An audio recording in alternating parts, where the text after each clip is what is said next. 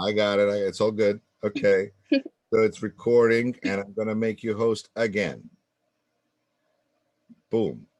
Yes. And I'm going to mute Okay. myself unless you need feedback from me. I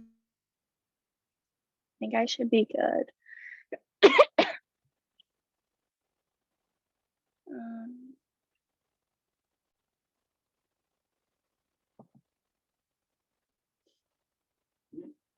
okay. Can you hear me? You see my screen? Yep. Yes. All right. Thank you. All right. Raise your hand if you've ever heard of the concept of composting. Okay, so a decent amount of you. So my senior year of high school, I worked in an independent study in a greenhouse. I became super interested in different ways to be environmentally friendly after taking environmental science my junior year. In that class, we learned a lot about how everybody has a large carbon footprint and how that is adding to our greenhouse gases, which is a big problem with global warming. And in my independent study, pretty much it's like a class, but you do a lot of research instead. So it's in place for a class in high school. And one of the things I did every single day was compost. I took scraps, like mostly from the salad bar, so a lot of vegetable scraps, and composted them behind the greenhouse. You can't see it, but it's like behind in the top right picture behind that door. And sorry. And then I also did a lot of research on composting and found a way on why composting is so environmental friendly and helps our environment. And today I'm going to talk to you guys on why every single one of you needs to compost. So I'm going to be talking about three main aspects. The first thing is going to be the simplicity of composting. The second is going to be the benefits of composting. And the third is going to be why every single one of you should compost and the next steps you can do to take that. So many people think to start off that composting can be super complicated and that you need a big farm or a garden in order to compost. But that's actually a myth. Composting is very simple. There's three basic ingredients to composting. The first are your browns, which consist of dead leaves, branches, and twigs, and this gives carbon to your compost. The second are greens, which consist of things like grass clippings, fruits, and vegetable scraps. And this gives you the nitrogen to your compost. And the last is water. Everybody knows what water is, and that gives moisture to your compost. So how to layer your compost. According to the EPA, your compost pile should have an equal amount of browns and greens. You should also alternate layers of organic materials of different size particles. The reason why you want different size particles is so the water can seep through your compost, and this helps break down the organic material into simpler organic and inorganic compounds. You can see this in the picture below on the screen. So Nicole was also another person that chose to do the greenhouse as an independent study. And she says, if you conserve water at home, or if you compost different scraps like banana peels, coffee, or strawberries, you can help the environment and help the little ecosystem at your own home. I don't think people really understand that you can enact change by just doing these things. So the second thing I'm going to be talking about today are the benefits of composting. I'm sure many of you look at this screen and you're like, dang, that's a lot of information. But I'm purposely doing this because the benefits of composting is actually really overwhelming that people don't know about. One of the first benefits is it enriches the soil. In the greenhouse, we took our compost and actually used it to help plant our plants in the greenhouse, and it helped keep the moisturized. And the second point is it retains moisture and suppresses plant disease and pests. It also reduces the need for chemical fertilizers. Your compost is a natural fertilizer that keeps your plants healthy. And it also encourages the production of beneficial bacteria and fungi that break down organic material to create humus, a rich nutrient-filled material, and reduces methane emissions from landfills due to the fact that you're having less garbage when you take your food scraps, which can be a lot of material in your garbage. And lastly, it lowers your carbon footprint. Next, so I did some research and I found a German case study. And what they did was they composted the manure of poultry. They weren't sure what to do with it, and they wanted to find an ecological way to compost the manure. So they did a 10-week case study around 70 days. And in just the first 3 weeks, they found a 90% decrease of doxycycline and enrofloxacin. You can see on the chart, it's the one with the circles and the one with the squares. And then also, there's also around a 70% decrease in pathogenic materials such as E. coli. So if you want to get super creative when you're composting, you can add manure to your compost, and there's a lot of benefits. This is my environmental science teacher who was in charge of the independent study, and he said there's no plan B. Earth is our only home. So the last thing I'm going to be talking about is why you should compost. So climate is on the rise, as more and more fossil fuels are being burned and more forests are being cut down. There's more carbon that's being put in the air, which is making our overall climate rising, and more greenhouse gases are becoming effective. Secondly, it's easy and simple. Everyone can do it. You can honestly even do it in a college dorm room. We just need a small bucket. And lastly, there's many ways and options you can compost, which I'm going to talk about in this next slide.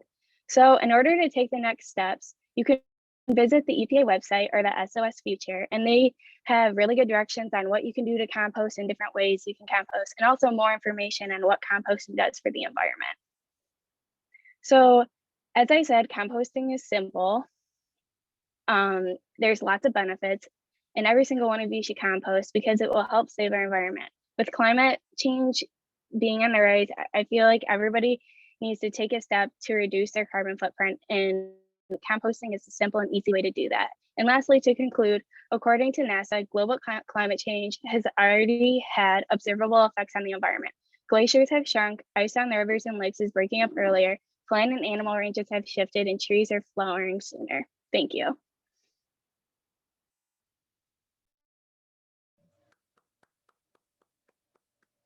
Thank you, Allie. Everybody, let's see. Allie, your time was 5 minutes and 58 seconds. Now, what I would like to do next, I think, is I would like to have Andrew go next. Andrew is not in this class. Andrew is from another class, so he needs to give a speech. So let's listen to Andrew. Andrew, are you there? Yeah. Would you be able to go give us your presentation next? Yeah. Fantastic. Then let's listen to you because you don't have anything but the presentation. You already done all your final as well, right? Yes. So this is the last thing. Yep. All right, then let's do listen to Andrew's speech. Of course, remember to email message Allie some feedback that she can then talk about later. And Allie, if you could make Andrew host, that would be great. And after Andrew, we'll go to Sydney, Phoebe, Nathan, Moe, and Morris. And then we'll see who else is there. Okay. So, Andrew, if you're able to present, go ahead. Gotcha. How do I share my screen on here? There's a button, green button, says share screen. Pay no attention to it. No, just kidding. Oh, yeah, my window is just too small. That's my bad.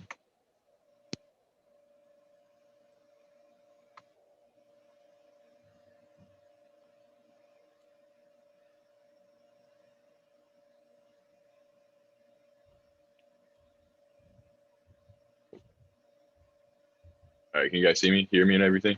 Yes, sir. I'm going to mute myself and I'll start the timer whenever you begin speaking. All right, so today I'm going to be talking about why psychedelics should be considered for use in the world of psychotherapy or just an alternative form of medicine in general. To start off, I just want to ask how many of you guys have know anybody or have personally dealt with any sort of, mental health issues, anything like that? Show of hands. Got it. So one thing that's been going on a lot in today's society is there's been an uproar, just a massive outburst of mental health issues, mental illness, just whether it be from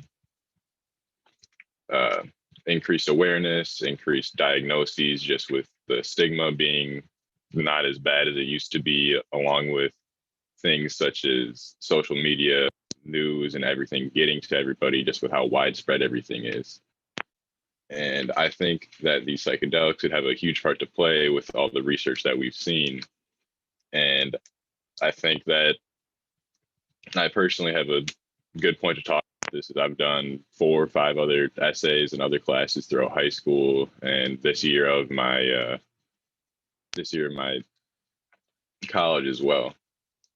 And along with that, I've also done well over 20, 25 hours of personal research on the subject, as this is what I plan on looking into when I do eventually get my degree, when I graduate with my psych degree.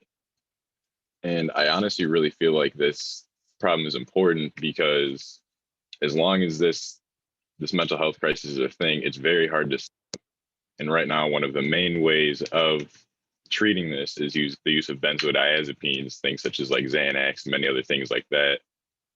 As many of you may already know, these are very easy to be used. It happens a lot. It's nowhere near as bad as the opiate crisis, but it's really getting there. And just like over prescription of these drugs is just really affecting our society. And I think there's just a much better way to go about these. So to start off, 1 in 5 adults in the US suffer with mental health issues. 17% of youth deal with major depressive disorder, which is way too high, especially with everything going on nowadays with coronavirus and all that. Along with that, 8 million adults have PTSD, just disorders, especially from, our veterans coming back. And those are the last people that we want to have, the last people that we want to be dealing with a mental health issue crisis. Many veterans commit suicide every day. They're living on the street, and those are the people that fought for our country. And I mean, they're the last people who deserve that. And then moving on with that, as benzodiazepines are one of the most common drugs diagnosed for these things, aside from SSRI inhibitors, 17% of people who do use benzodiazepines become addicted, end up abusing them.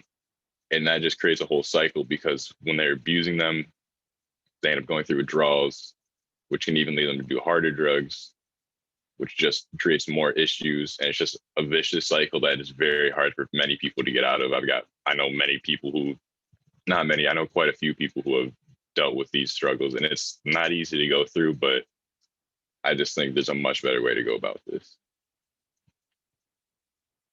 So to talk about it, we're going to talk about the psychedelic therapy and why I think this is better than what we're currently doing with just guided talking sessions, reminiscence therapy, other, daily drugs that you have to take.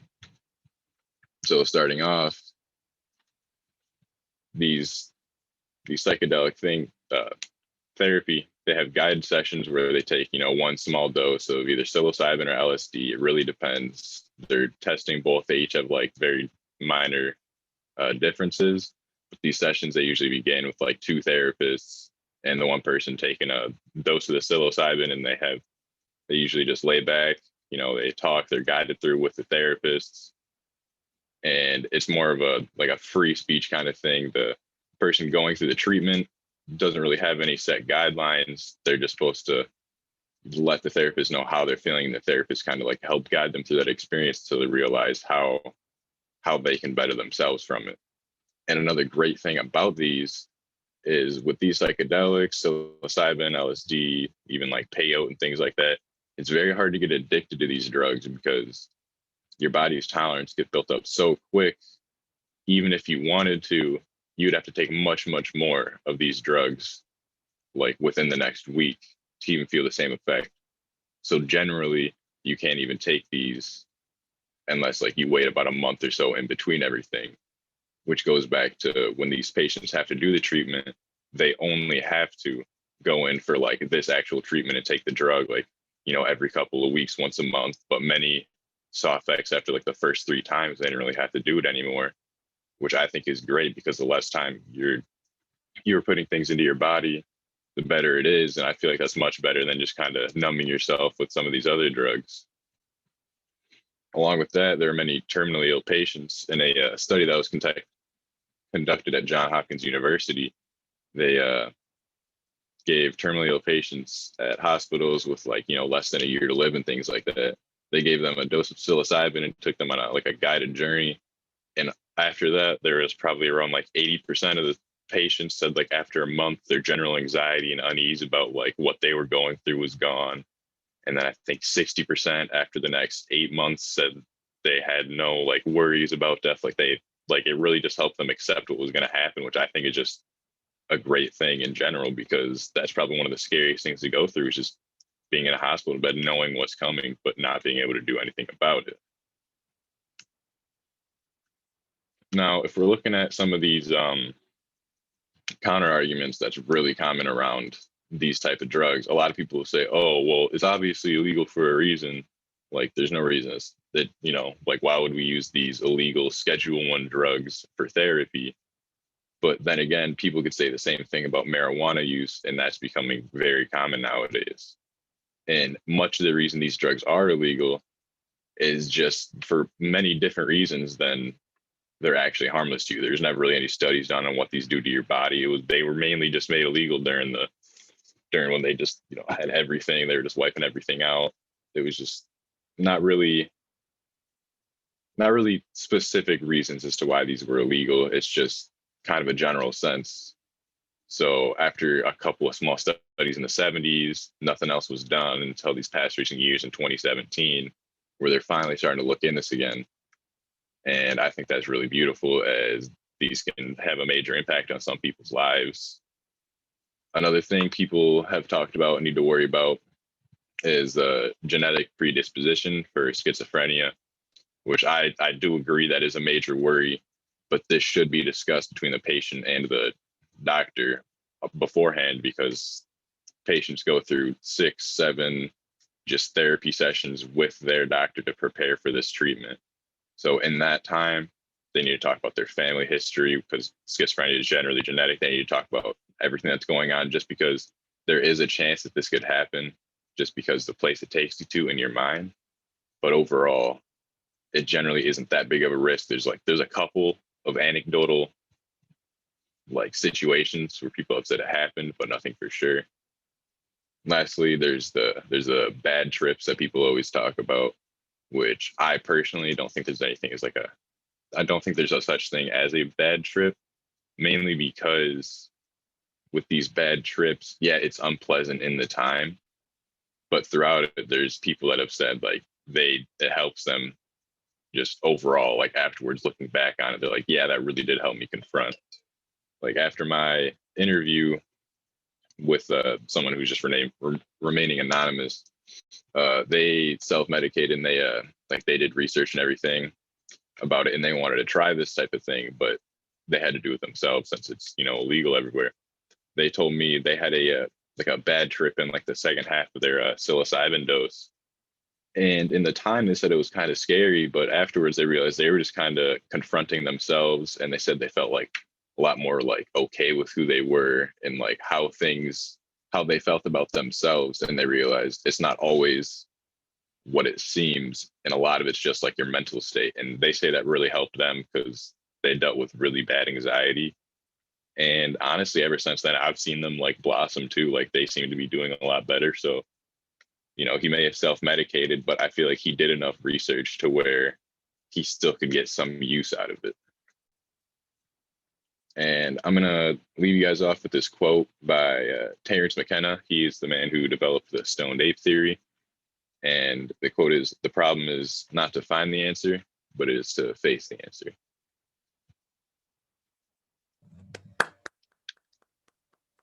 Thank you, Andrew. Andrew's time is 10 minutes and 4 seconds. And Sydney is next. Actually, let's everybody now take a second to send your feedback to Andrew. And then after Sydney's presentation, we will talk to Andrew. Andrew will share his feedback, and I'll give him feedback, and then he'll be done. But for now, let's proceed to Sydney, if Sydney's here. There she is. And you're the host now. All right. So it's all in your hands. No pressure.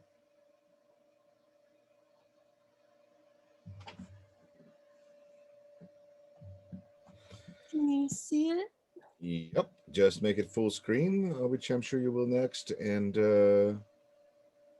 yep. Good. And I will mute myself, and you may begin with it. So I wanted to start off by asking, raise your hand if you regularly experience emotions like stress, anxiety, or just anything negative like that. Quite a few of you. I know that as college students, we all experience stress or these emotions, or most of us do regularly. So I want to start off with, I find that meditating for 15 minutes at least helps me at least decrease my stress levels a lot. It helps me get more in tune with my emotions and everything. And I wanted to start off by removing the misconception about meditation. It's more than just sitting there with your eyes closed and trying to ignore all your thoughts. Meditation has 4 main elements. It includes a quiet location. You have to focus on your posture, your focus of attention, and an open attitude. It's about letting your thoughts flow freely compared to ignoring them. And this allows you to really understand what's going through your mind versus ignoring it. And so according to National Center for Complementary and Integrative Health, most types of meditation have 4 main elements: a quiet location, comfortable posture, a focus of attention, and open attitude. So I'm gonna tell you about why you should meditate. So the first reason you should meditate is because it causes your stress levels to decrease. According to Cambridge University, studies of people who meditated over long term show changes in the areas of the brain concerned with stress. The prefrontal cortex and the hippocampus show increased activity, and that, I'm not entirely sure how to say that one, it's something, it's part of your brain, shows decreased activity, which is consistent with improved emotional regulation. This will help you just take a step back, and it helps you, like I said before, get in tune with your emotions. It helps you relax and be more self-aware of what you're thinking about, and helps you really work through all of these problems in your head compared to just having to just overthink and over worry about things. When you tend to get overwhelmed, it helps you take a step back and relax and understand that your problems aren't always as big as they seem. The second reason you should meditate is because for college students, this can be really helpful. It improves academic performance. I also wanted to say, sorry about this. According to Della, someone who meditates daily, I find the days that I meditate, I am less stressed and more in tune with my emotions compared to when I don't. The difference is tremendous. So she meditates daily, and I know that once she started meditating compared to how she used to, because she used to have a lot of anxiety and stuff, but once she started meditating every day, that helped a lot, and she didn't find herself needing to go to therapy anymore as well. So moving on to academic performance. A course in mindfulness meditation was required for graduation at a Taiwan University. Taiwan University studied the effects of this course on their students. So according to the university, a 1-semester mindful meditation course was able to improve learning effectiveness and both attention and memory aspects of cognitive performance among university students. So when you are meditating, this helps you, again, it can help you with your memory because you're sitting there thinking and you're focused on how you're thinking, what you're thinking about. And improves confidence of academic ability because you are self-aware, you are really just in tune with your emotions is essentially what it is. So therefore, meditation helps with your concentration, it helps with you memorizing stuff, it just helps you understand what you're learning about. Meditation can also do more for your body than just improve your mental health. Some may say that there are better more effective means to improving these things like medicines, because I know there's lots of medicines out there that can help with anxiety or stress and things like that. But meditation is an all natural thing. It doesn't require you to put these medicines in your body. It's all about you just sitting within yourself and understanding yourself compared to having to take these medicines to just make you feel numb. And the third reason you should meditate is improved physical health. So meditation is shown to have helped high blood pressure, insomnia, anxiety, depression, and pain. According to National Center for Complementary and Integrative Health, a research review suggested that mind and body practices, including meditation, reduce chemical identifiers of inflammation and show promise in helping to regulate the immune system. So this shows that when you take a step back and relax and get into your emotions and into your head, it can help you work through things by yourself. And this can also decrease your stress. And then when you decrease your stress, your blood pressure decreases, and anxiety and depression are less likely. And like I said, it helps with inflammation. Meditation will overall improve your physical health, like I said. Meditation overall positively impacts a person's life. Meditation improves stress levels, academic performance, and physical health. Meditation allows you to become self-aware, relaxed, which decreases stress levels and improves concentration. Therefore, meditation can overall improve your body, your mind, and academics. Any amount of time set aside for meditation is better than none. I think all of you should give meditation a try and see how it affects you on a day-to-day basis. I think that hopefully it will help you stress less and do better in school. And I want to leave you with this quote. It says, meditation is the only way to freedom from stress, as it is a dimension beyond the mind. All of the stress and struggle are of the mind. Thank you.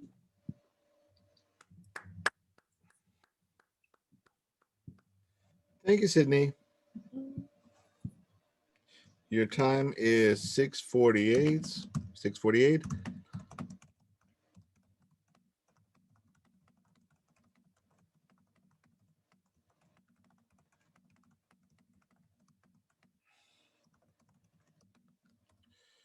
All right. Andrew, what kind of feedback did you get, sir? I got a lot of stuff, just like interesting topic, and then I got some things such as I could have had a bit more like enthusiasm, which honestly is my bad. I'm usually not up this early, so I probably could have picked up the energy a little bit, and then just time management, which is again my bad. Doing this online kind of threw me off, but I'll take what I can get. All right. Well, I'll take where I can get is a good starting point, because everything from there is an improvement. Anyway, I think you have, I really like your pronunciation of medical terms. It really helps your credibility when you can just like, all the benzoates, whatever, you were just like spitting them out like no big deal. It really, I think, affects credibility. Nice job. What else? You have a fantastic low voice, bass. You're just rocking it, and instead of like that up speak I mentioned, you have like down speak. You're like, you were starting low and then you go lower, and it's like it was authority, now it's more authority. Like, wow, like really convincing, even though the topic is so not mainstream. Anyway, and what is your call to action? What are you actually wanting us to do now? See, this is what I'm not exactly sure. Yeah, that was my bad, because I knew it was getting a little long and I tried to just cut it really short. But yeah, I had some stuff in there about certain programs like maps, and then also talking about looking into who you vote for, checking policies and everything. But I Wow. just Okay, completely because skipped you over already it. That's were my at 10 bad. minutes. So just Yeah. practice, because if you present somewhere where timing is of the essence, Yep. it can be important, because people might be like, good point, bud, we're done. Thank you. Bye. Very good. Andrew, nice job. Thank you very much. Yep. You have a great summer, and Yeah, you too. you're good to go. All right. See you. See ya. All right, Phoebe. Let's see. Are you there? Yes, hi. Excellent. There you are. Let me make you host. Okay, and I hope that everybody in the meantime made sure to send Ali some feedback and Sydney some feedback. And now we're going to be listening to Phoebe, and I'm going to mute myself, or unless you want me to tell you if I can. Yep, I can see the screen. Cool. Okay, let me just get this. It's not letting me put it into, oh, there we go. Okay. Wait for that to load. Okay, oh, this is not the right side.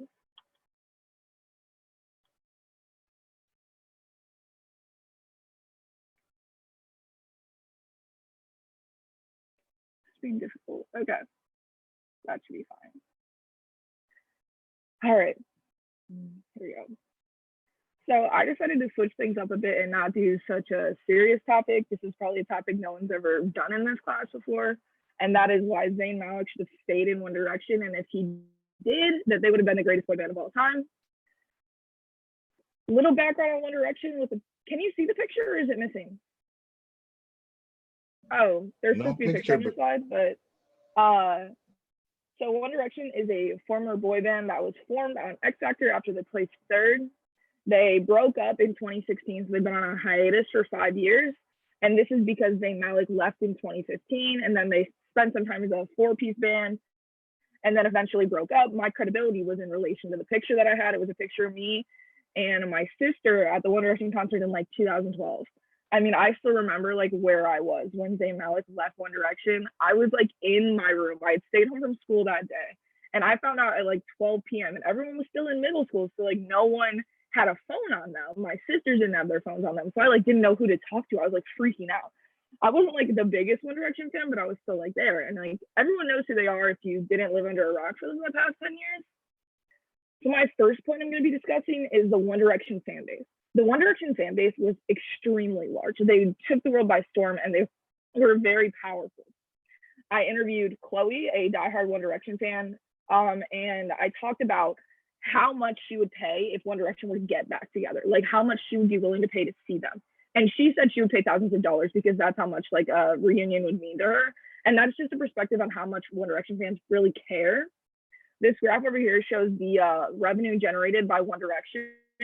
It's split up into touring, sales, streaming, and publishing. The touring is obviously the biggest category, and that is directly from fans and their impact. Zayn left when fans were at peak interest, and schooling the Directioners was one of my sources, was a research on like how interest is the peak of integrating fans. The next thing I'm going to talk about is, I can't see half the slide, sorry. The next thing I'm going to talk about is the fact that One Direction was still growing. One Direction had taken off from the X Factor, but it only got bigger. As they did more tours, as they did more records, they only continued to get more fans. From X Factor to leaving, they were literally the biggest fan group in the entire world. And from Little Things, it discussed how much faster One Direction was growing compared to the Backstreet Boys. And let's keep in mind that the Backstreet Boys were together for 20 years. So in the time that One Direction was with Zayn Malik together for 5 years, they already almost surpassed Backstreet Boys in world dominance per se. The counter argument comes in 2 separate categories. So the first one is that Zayn, for this specific topic, is that Zayn didn't stop the growth of the band, he only stunted it. But when he left, it just took a nosedive because all of his fans went to his fandom and left the One Direction as just like the 4 fans of his bandmates. So when he did that, that caused a stunt, and that stunt eventually just plateaued and caused One Direction to stop being together. The other kind of argument that is often used for why Zayn left was for his mental health. There was some speculation that the record company that they were with, Epic Records, was not very good to them, but their contract was going to be up soon and they could have signed somewhere else. If he wanted to work on it, he probably could have. And then my final point that there we go. My final point that I'm going to be talking about is the Backstreet Boys versus One Direction. So this is an ongoing debate per se, because a lot of people from like the 90s and like to the 2000s, before One Direction was even formed, have strong beliefs that the Backstreet Boys are the greatest boy band of all time. If you remember when One Direction was around, old people, don't tell my mom I said this, but her, got like super offensive whenever I would be like, yeah, One Direction's like so much better, like they're the greatest boy band of all time. She would just get super offended and be like, no, Backstreet Boys are the best, like One Direction's trash, they're just a bunch of pop boys. So when Zayn left, I already discussed this, but One Direction had been together for 5 years. They stayed together for maybe a year after that, but not much longer, and then they went on hiatus, obviously, and then the boy band of the Backstreet Boys were together for 20 years, and they still are presently together doing, you know, just reunion tours, random shows, nothing crazy, but they never actually officially broke up. Now, if we look to the graph to the right from Billboard, it shows the album sales for their first 4 albums split up between One Direction, Jonas Brothers, NSYNC, and the Backstreet Boys. we're going to be focusing on just One Direction and the Backstreet Boys.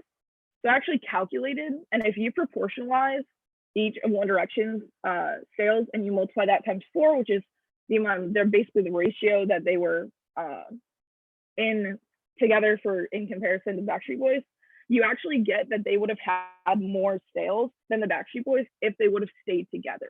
So it's just kind of mind-boggling to see the statistics really pass over and make that evident that they would have really been better than them, and it wouldn't have been very much disputed. There we go. So my call to action.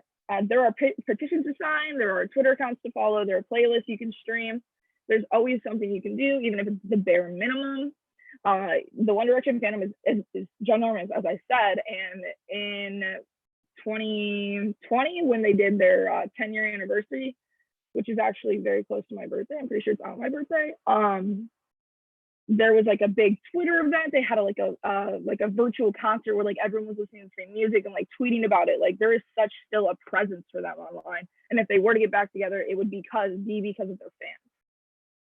One Direction is the greatest boy band of all time. That is a question mark to some people. To me, it is a period, but let's help make the question mark a period. Thank you. Stop looking at me, Ellie. Hey. Phoebe's time is 6 minutes and 14 seconds.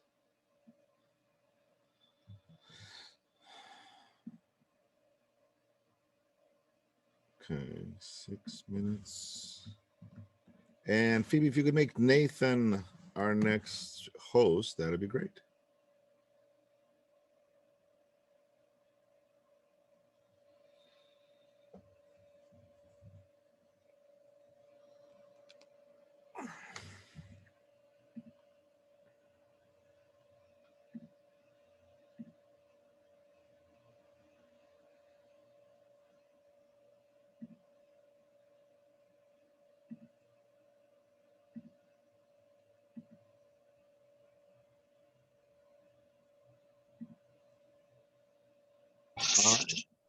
Nathan, you're the host.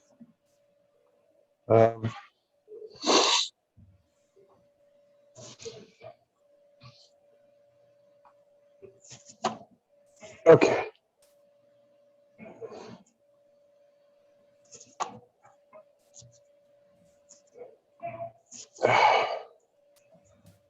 We can see the presentation. Yeah. Okay.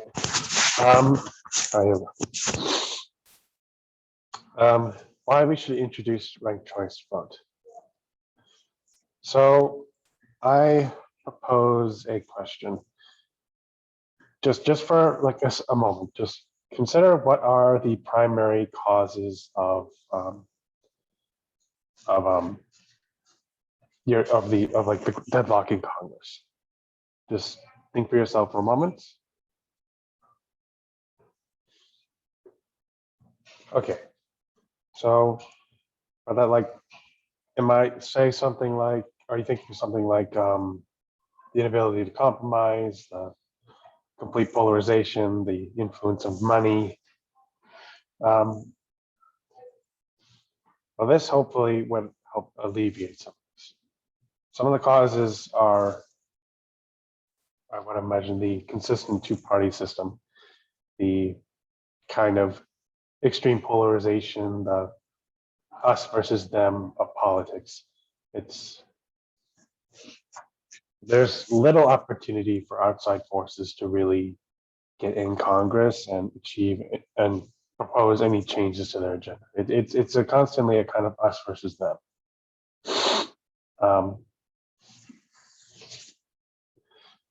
And there's also gerrymandering, which means that districts are completely uncompetitive. Individual districts kind of become internal races within a single party to determine not how legislators can properly find ways to compromise, but to determine like how well you are in this party. So individual legislators in a district aren't obligated to find ways to compromise. They're obligated to be, or how hardcore can you be a Republican or whatever. So only party, and then there's also the informal weirdness of how we do our elections. Like we have the primaries. This is a little unusual because American party politics, in their effort to try to put as much influence in the people, have made this kind of de facto 2-round system where only a small percentage of the public really votes in like the first round, which are the primaries, while the second round, which is supposed to be like the main election, is there isn't really as much choice. But combine this with gerrymandering and you get districts that are predetermined to the races. So in practice, the first round, which is supposed to determine who within the party, either the moderate or the radical, is it's almost always the radical because the opposition never actually has any choices, any chance. So you get these districts where huge segments of our House of Representatives are elected in districts that are uncompetitive at all. Something like 40 or 50 like US House districts are completely run without any kind of opposition. There's only about like, there's even less of that actually are generally considered competitive. Something like 20 or 30 districts out of a House of Representatives that has over 435 seats. Now, of course, but my proposed solution is the institution of a ranked choice vote. Now, the way a ranked choice vote would work is that when you get your ballot on election day, you would mark your ballot as is demonstrated on this on this ballot. So for this, you have John Citizen for 1, 2, 3, and 4, instead of just having a single ballot with a yay or nay. So this works in that, as you can see, difference between reporting what you see in the box score at the game or calling someone a scrub. Like, but he is a scrub. He's a scrub. You know it. Hello? Please continue. Somebody doesn't have their microphone muted. There's audio coming through. Okay. So the way this election would work is that the total votes would be calculated. If a candidate does not have a majority, that means more than 50% of the vote, then the next lowest candidate is eliminated. So that eliminated candidate's voters' second choice gets distributed to the next candidate. And then it just keeps going around and around until you have a candidate who has a winner. This has an advantage in that ranked choice voting elections eliminate the necessity of having to compromise your views. Compromise candidates are generally considered more viable compared to more hardline candidates. So you get more people who are willing to compromise in the government. Similar parties can compete in elections, which is the classic example is Australia, where the Australian Liberal and National parties are aligned with each other, but can still compete in the same district without the fear of splitting the vote. This would make third parties who are closer to the mainstream, but still distinct, have a chance of actually competing in the same district. And it becomes, and then another side effect is that campaigns are much more likely to be positive because, mudslinging has become the kind of go-to towards our campaigning season, our campaigns. Like you saw the last congressional elections, and it can get very ugly. But the idea that voters could vote for their preferred candidate and you means that candidates are much more likely to be more positive. And a response to any kind of criticism of the system would be, it's not perfect, it's not completely proportional, but it is a good compromise versus more radical systems of voting. It's not like a purely proportional system where you get like 6 or 7 different parties and it's hard to actually keep track of things. It's also not overly complicated in that it's difficult to demonstrate your mathematics. The only accountability, and there's like no extra cost for this either. It's pretty much the same as running an election that we have now. The costs are pretty much the same. But the idea is to give people more choice and increase candidates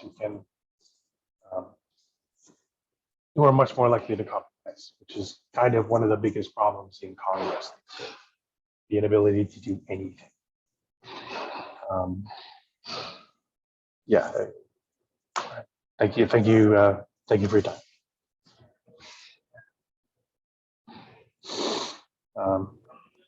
Thank you very much, Nathan. Nathan's time was 8 minutes and 30 seconds. Who do I share next? Let's find out. Moe.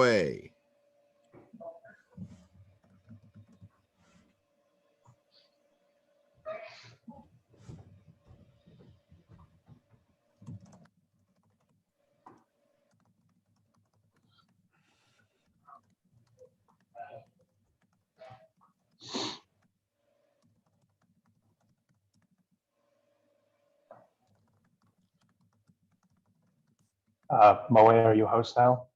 I'm pretty sure Yeah, I'm host now. Okay, Thank you. And everybody, please make sure to send your feedback to our speakers.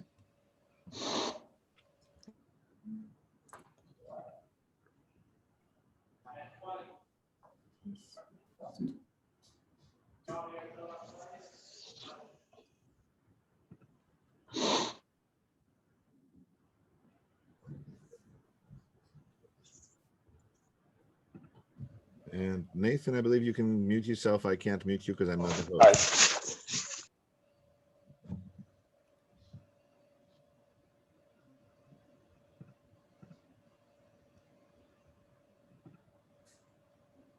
Can you guys see my screen? Yes, we can see. Good evening, Moe.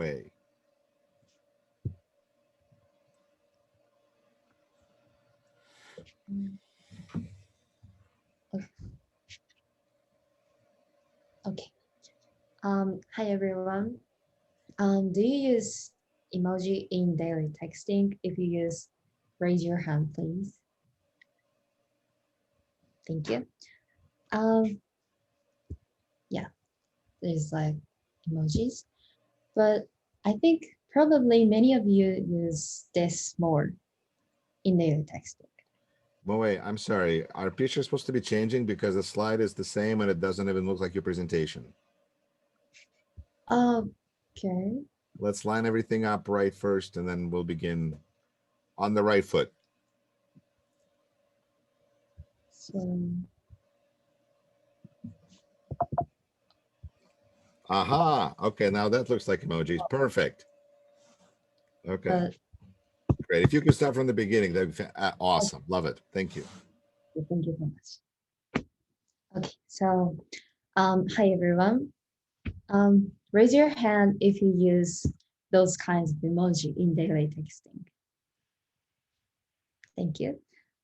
Probably many of you use them more, emoticons. Many people believe that the word emoji comes from emotions, just like emoticons.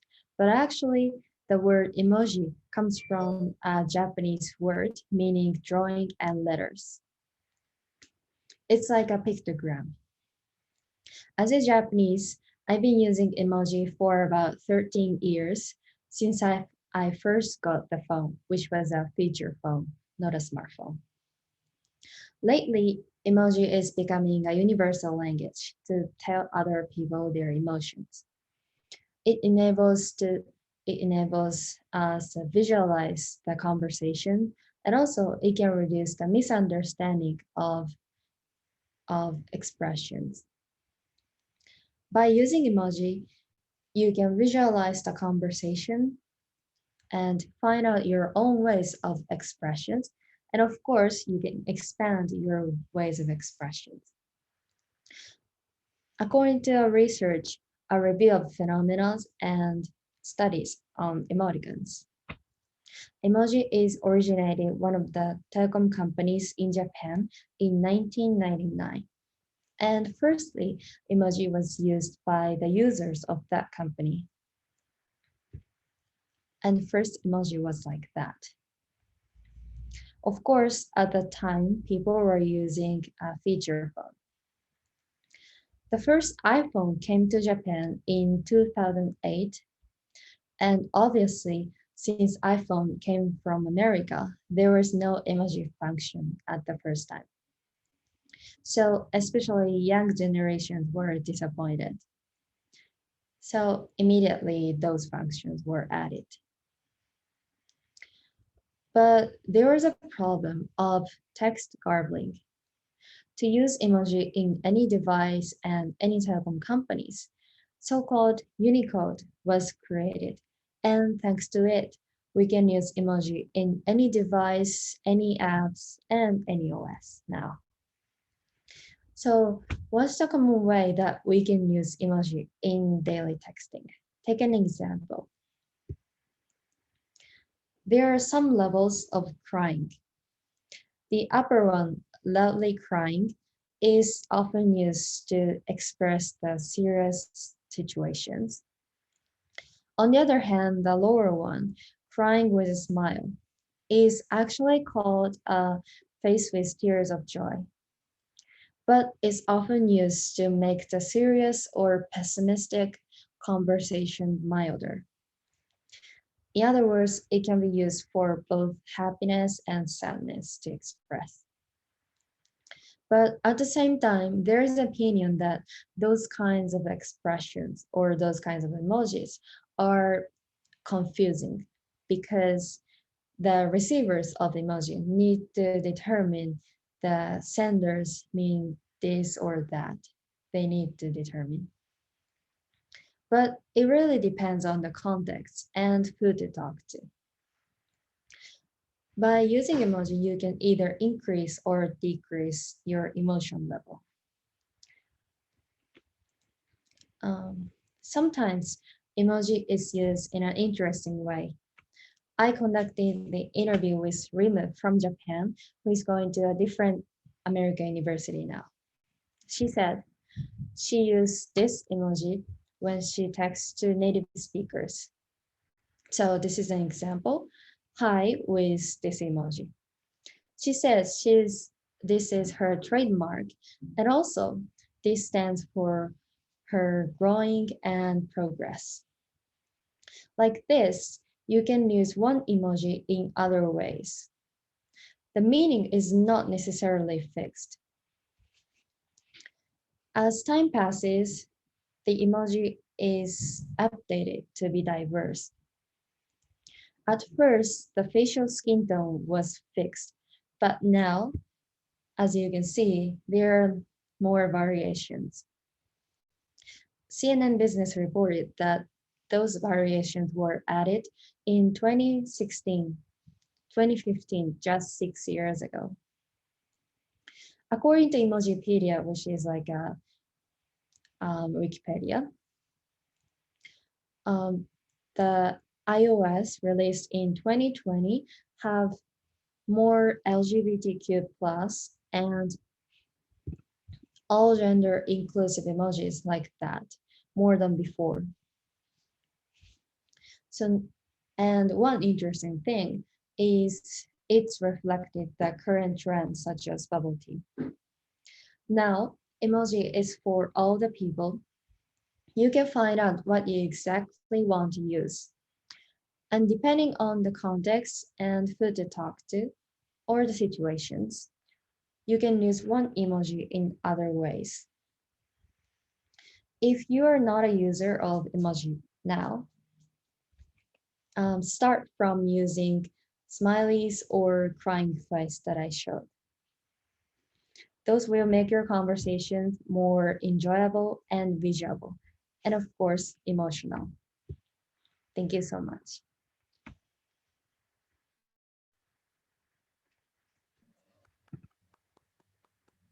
Thank you very much. Moe's time is 6 minutes and 9 seconds. And Morris, I believe, is our next speaker. So Moe, if you could make Morris next host, that'd be great. All right, Morris, you're it.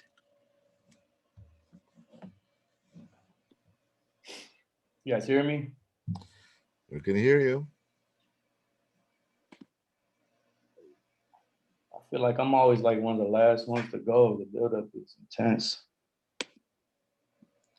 I think it's very much self-inflicted.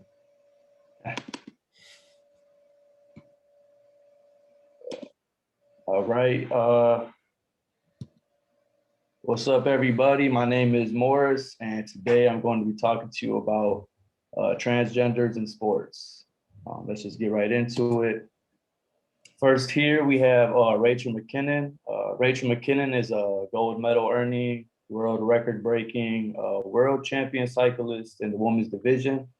Sounds like, quite the accomplished athlete to me, but what if I told you that Rachel was not born female, but was born male and started to transition in 2012?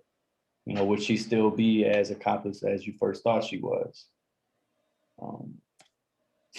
As a former athlete who loves to compete, and I enjoy, watching people compete and, show off their talents in the sport that they love, I believe I have a say-so on what is fair and what is unfair, in the sports. How you feel and what you believe yourself to be is up to you, but at the end of the day, biology is biology, and, males are, created to be much stronger, faster, and more aggressive than females. So if you love sports and, the competitive nature of sports, this should matter to you too. I believe that if we begin to lessen the credibility of being a professional athlete, and what it takes to meet that criteria as an individual, that it will begin to lower the value of, sports and competition to a level of mediocrity, and it will no longer be as special and valuable, exciting thing, to watch. So if you love sports, please just listen. Sports, they've been around for as long as we could remember. It's something that I believe, can really bring, the world together with a common interest and an enjoyment for a pastime. And I believe you guys have all heard the saying before, don't fix what isn't broken. So let's not try to fix sports or change sports because, it will start to change the dynamic of them. And I believe they won't be as special as they once were before. To start off with male versus female anatomy, male on average, they're taller, they have more muscle mass, more bone mass than females, and they're fueled by testosterone, which makes us, more aggressive and which helps us to build this muscle, that helps, fuel our, everyday activities. Back in the day, in the hunter-gatherer days, these things were necessary for survival, and it helped us survive in these harsh environments, that we had to, survive in. So really, I believe through evolution, we've been molded to be, stronger, faster, and larger, than our female counterparts, to not only take care of ourselves, but to take care of them and, multiple people as well, such as our families. Terry Miller was a dominant high school athlete. She ran track, but she was born male but identifies as female. And in the state that she lives in, they allow trans athletes to compete with who they identify as. So she broke records in the 100 and 200 meter dash and was a state champion. but and I posted her times here, but these times racing against if she raced in the male division, honestly wouldn't even qualify her to make it to the state tournament. These are honestly average times that would barely probably get her out of the prelims, of a regular track meet. And I know these things because I'm a former track athlete. So even on an average or below average, male, can really compete, at the high school level at least, in a women's sporting event, So I believe that is just unfair. People will say, transgenders should compete with who they identify as. Yes, if you believe yourself to be, this gender or that gender, that is your right, but in the core of your DNA, you hold benefits and, advantages or even disadvantages of what you were, inherently born with, So to me, this really affects, women the most and, the sports that they partake in. Mac Beggs was a trans male wrestler, and in his state, they didn't allow for trans athletes to compete with who they identify as. So Mac had to wrestle in the female division and was an undefeated state champion, won like 100+ matches, never lost. But while in high school, Mac began to transition and he was taking testosterone, which I believe boosted his, competition level and which kind of helped him to become this, undefeated, high school athlete. So really at the end of the day, it's almost like we're deeming cheating as being okay. So where do we draw the line? When is it going too far? I did a little more research on Mac, and I found out that he did go to college and join the male wrestling team. But as far as that, for his statistics wise, I've seen his freshman, sophomore year, he didn't wrestle due to injury, I believe. And after that, there's really no statistics on his collegiate career. So I believe that, he never really stepped foot on the mat after high school. So in conclusion, to me, sports is about unity. We all love sports, they're very entertaining and they're fun to play. It's really a special feeling when, all your hard work, pays off and you come out on top of your, your passion, but what if all that hard work is taken away by someone who didn't have to work, half as hard as you did?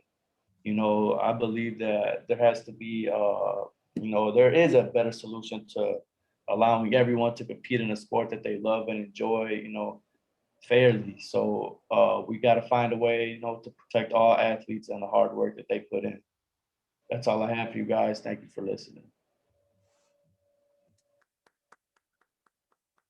Thank you, Morris. That was a very divisive speech on unity.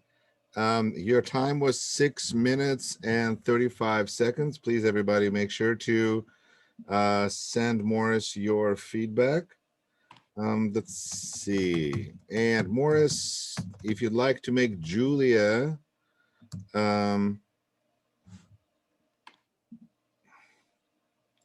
host.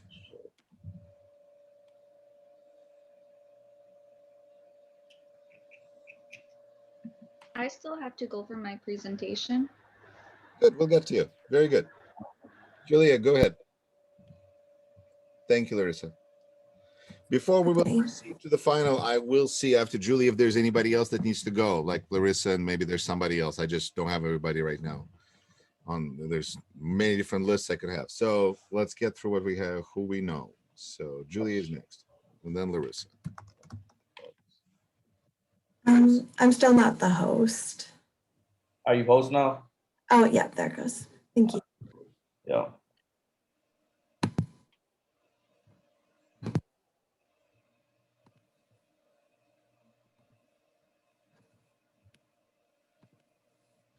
Okay, so my speech is on if college athletes should be paid. And I decided to do this speech because I actually talked to somebody in my class who is an athlete, and she was very passionate about the fact that she is not paid. Most college athletes are compensated in some type of way, but in most cases, they're not paid at all. And like D1 schools tend to get stipends for like their free time and the amount of time that they do play.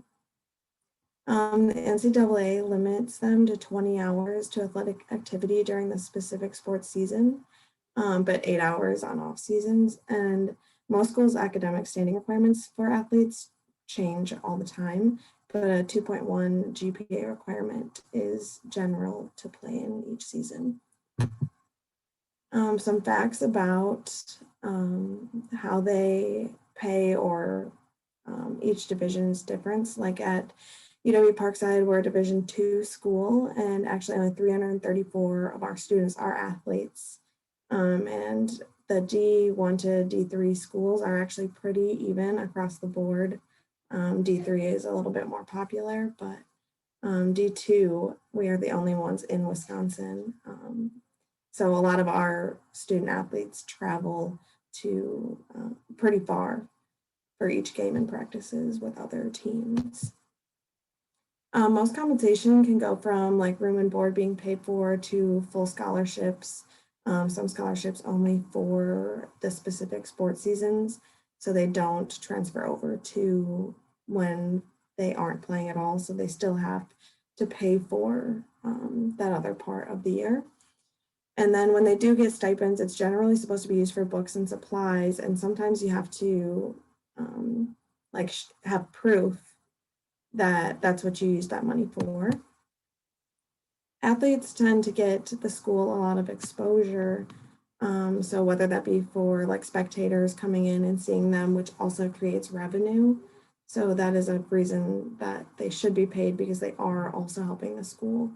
But they also are important because the like incoming students that are potentially going to go there, especially if they're looking at playing a sport, they can impact the decision greatly by just coming to one game or one practice, or just talking to other fellow athletes about how their experience is going. Most schools do lose an insane amount of money just for helping support each individual athlete, plus all of the expenses that come with having athletics. Most schools that have football spend $5.5 million a year, and they generally lose about $3.4 million a year. Schools without football, though, spend a significant amount less. It's about $314,000 per year, and they tend to only lose about $100,000 a year. The time commitment is a hard thing for most athletes, because most college students obviously have to work to help support themselves, especially if they are living away from home.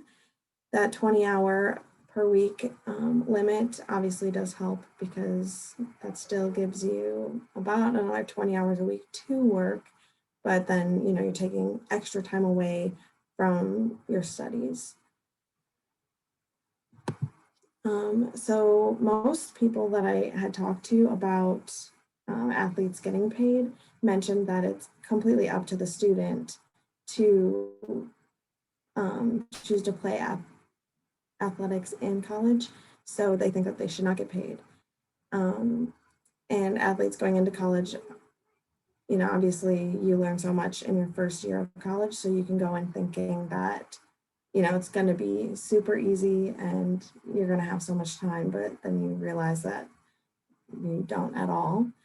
And the transition can be extremely difficult, whether you're an athlete or not.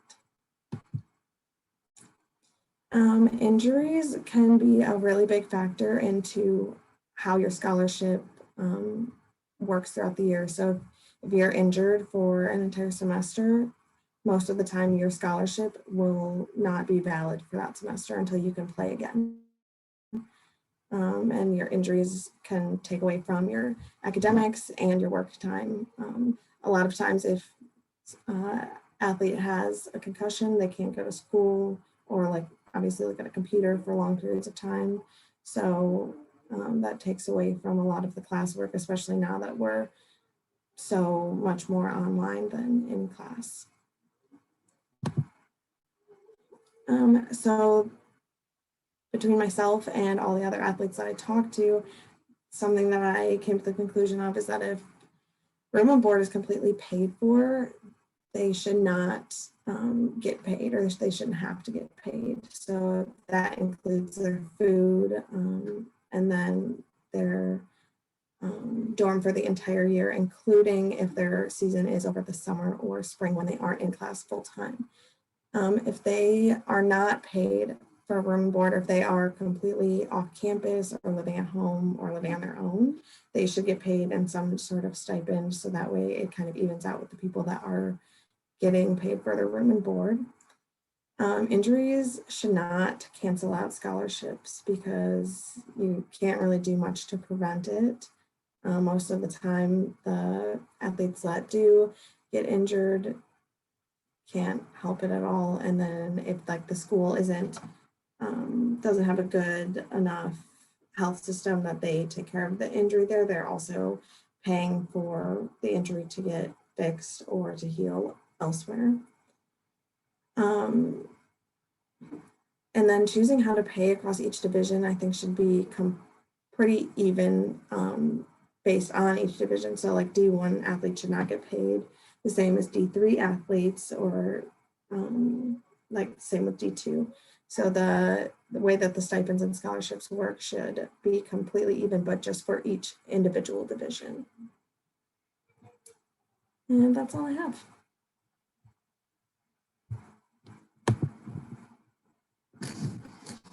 Thank you, Julia.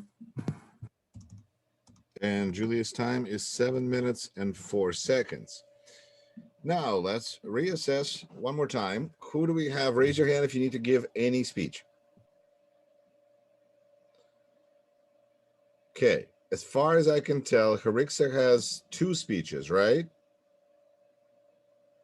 Just one. You're persuasive? Informative. You're informative. Okay. And Larissa, you have persuasive, right? All right. Well, then let's have Larissa go next, and then Harixa, and then we're going to switch to the final. Does anybody else need to give any presentation? No, I don't see anything. Okay. Then very good. Then Larissa, you're the host now, and you may start sharing your screen. Oh, that's me. Hello.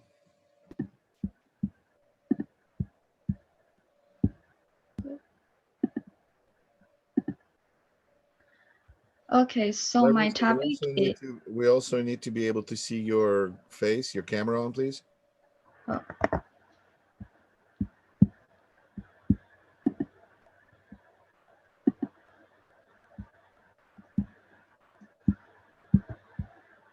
Excellent. Okay, so to start off, my topic is beauty pageants should be banned for minors. And then with the show of hands, how many would like to be on stage and be judged on your physique compared to others? I'm assuming no one. And there are those that may say that beauty pageants are a good thing for their child to do, maybe because they could either achieve their goals, pursue a career, or build a platform and make connections. But on this lower right, I have a picture of Robbie. She is a girl who did beauty pageants for a very long time. Later on, her mother committed suicide. And I have a quote, I didn't insert it here, but I'll go ahead and read it on how she used her platform as awareness. So she stated, when I was 10, my mother committed suicide. So my platform was suicide awareness. I wanted to tell my story after a month my mother committed suicide. I was very antisocial. Getting into the beauty pageant world brought me out of the shell. It allowed me to tell my part of the story, the child's side of what happens when a parent commits suicide. And the more I talked about it, the better I felt. I know what that sounds very odd, but I enjoyed interviewing and telling my story and speaking about suicide awareness. It lifted the weight off my shoulders. she stated. So there are people who will say beauty pageants are good, but my reason I am here is to present that I think beauty pageants should be banned for minors. The reason I am saying this is because beauty pageants are usually where it advertises sexualism. For example, 4,500 Americans' children were reported as victims of sexual abuse in 1993, as well as when these beauty pageants are taken, sometimes the clothes that these childs have to wear gives people the appearance of the minor being seemed older. And then as well as when these contestants are on stage, they may just assume that the show is composed of family and friends, but no one ever knows because there may be strangers with malicious intentions watching them and waiting to approach them in a negative way.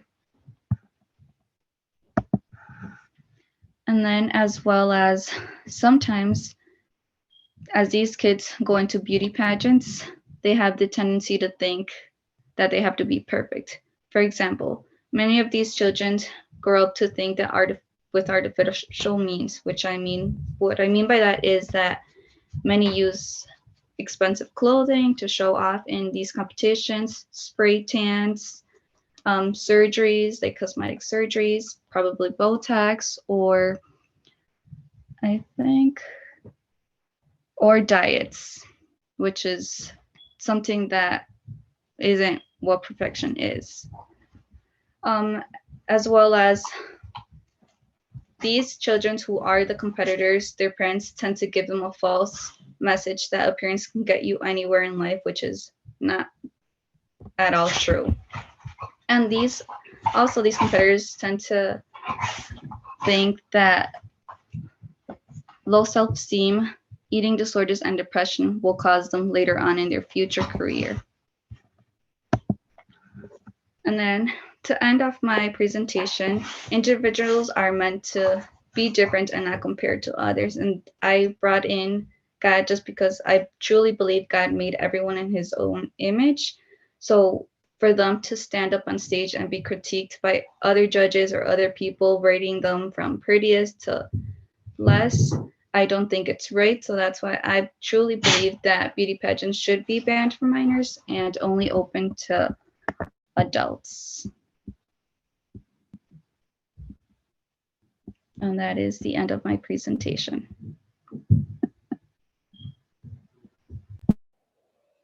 Okay. All right. 4 minutes, 30 seconds.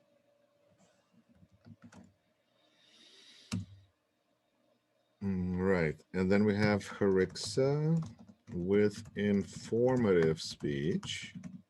So Larissa, if you could make Harixa the host now. Now, everybody, here's what I think is going to happen next. We're going to have one more speech, and then we're going to shift into the finals. And for that, I'm going to ask all of you to log off and then to come back, and then you'll be in the waiting room. And then in the waiting room, I'm going to pluck you out one at a time and ask you 5 questions and any feedback you have about the class and so on. So that means that if you gave a speech today and we're yet to talk about your feedback, you should do a screenshot of your feedback, because otherwise it's going to disappear when we log out of here and then we come back to take the final. So I have my notes written in Word document, but yours are in the messages. So please do a screenshot and get that all situated. And then Harixa is our next and last speaker today. So, Harixa, you're host? Yes. Excellent. So let me try to share my screen.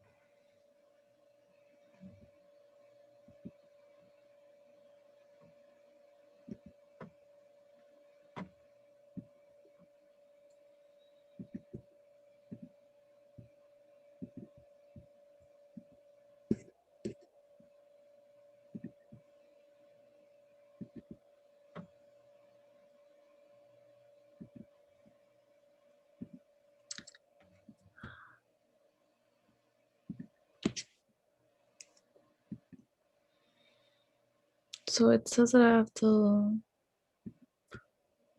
grant permission for my system.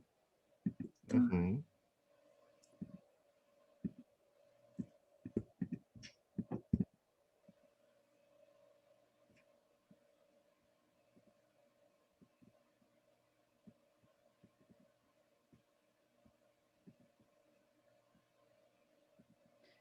It's not letting me give Zoom the permission for him.